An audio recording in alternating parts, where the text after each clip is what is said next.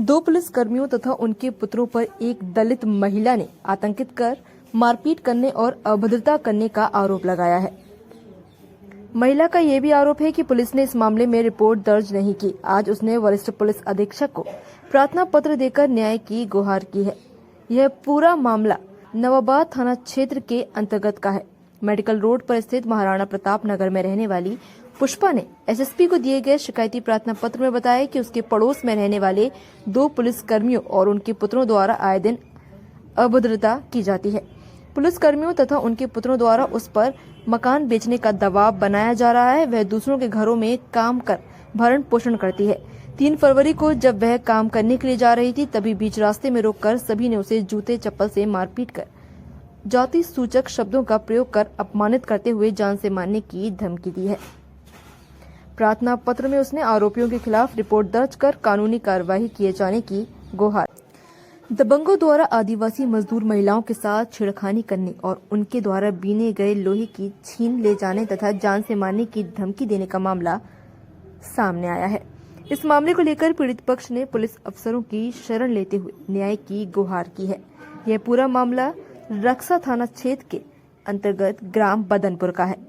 यहाँ रहने वाली लीला फुलवती सीमा लली आदिवासी ने बताया कि बबीना फायरिंग रेंज में स्क्रैप की ठेकेदारी करने वाले मानवेंद्र सिंह के यहाँ लोहा बीनने की मजदूरी का काम करती हैं।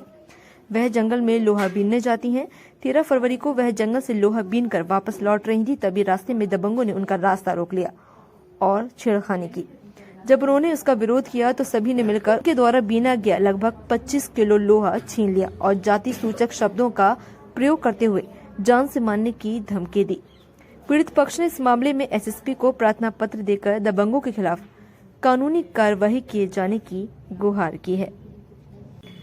झांसी में दहेज हत्या के मामले में दोषी पति जगदेव को कोर्ट ने 10 साल के कारावास की सजा सुनाई है।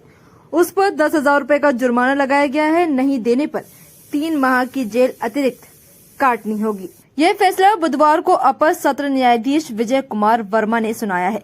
मामले में साक्ष्य के अभाव में जेठ डालचंद और जेठानी रामश्री को बरी कर दिया गया। आरोपी प्रेमनगर के पुलिया नंबर 9 का नया कछियाना के रहने वाले हैं। सहायक जिला शासकीय अधिवक्ता देवेंद्र पांचाल ने बताया कि गड़िया गांव निवासी रामकृष्ण ने प्रेमनगर थाना पुलिस को तहरीर दी थी। बताया था कि बेटी लक्ष्मी देवी की शादी 25 फरवरी 2021 को जगदेव से की थी। 4 लाख की शादी की थी, लेकिन दान दहेज से ससुराल वाले संतुष्ट नहीं थे। दहेज की मांग को लेकर पति जेठ जेठानी मारपीट करने लगे। उनकी अपाचे बाइक, सोने की जंजीर और एक वॉशिंग मशीन की डिमांड थी। पता चलने पर पिता बेटी के ससुराल गए और पति जेठ और जेठानी को समझाया, लेकिन उनमें कोई सुधार नहीं आया। आरोपियों ने इतना प्रताड़ित किया कि बेटी ने 30 जून 2021 को फांसी लगाकर आत्महत्या कर ली।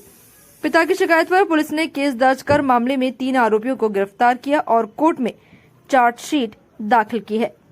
आज जिलाधिकारी श्री रविंद्र कुमार द्वारा जिला चिकित्सालय झांसी का आकस्मिक निरीक्षण किया गया। जिला अस्पताल का निरीक्षण करते हुए जिलाधिकारी ने उपस्थित चिकित्सकों से कहा कि माननीय मुख्यमंत्री की प्रबल इच्छा है कि स्वास्थ्य सेवाएं बिल्कुल जमीनी स्तर तक पहुंचे। समाज के सबसे गरीब व्यक्ति का बेहतर से बेहतर इलाज हो, उसे इलाज के दौरान किसी भी समस्या का सामना न करना पड़े। उन्होंने कहा कि आज औचक निरीक्षक का उद्देश्य यही है कि हर व्यक्ति को बेहतर स्वास्थ्य सेवाएं मिले। निरीक्षण के दौरान उन्होंने चिकित्सालय के विभिन्न वार्डों, ओपीडी, पाकशाला आदि का निरीक्षण किया। निरीक्षण के दौरान नेत्र रोग कक्ष और हड्डी रोग कक्ष के बाहर देखा गया कि कक्ष के बाहर बहुत अधिक संख्या में लोग अपने नेत्र और हड्डी रोग के संबंध में इलाज कराने आए हैं।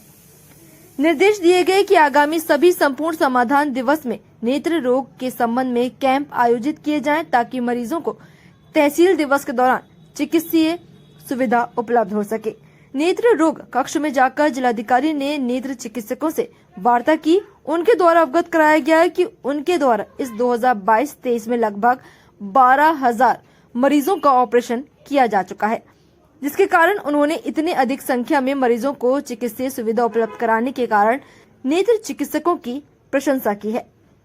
निरीक्षण के दौरान उन्होंने यह भी निर्देश दिए कि जिन रोगों का इलाज कराने हेतु अधिक संख्या में लोग आते हैं, उनके कक्षों के बाहर होम गार्ड लगाकर आने वाले पुरुष और महिलाओं को 2 पंक्ति में पंक्तिबद्ध किया जाए। इसके उपरांत दंत रोग कक्ष और मेल सर्जिकल वार्ड का निरीक्षण किया गया और वहां प्रदान की जा रही चिकित्सीय सुविधाओं को देखा गया।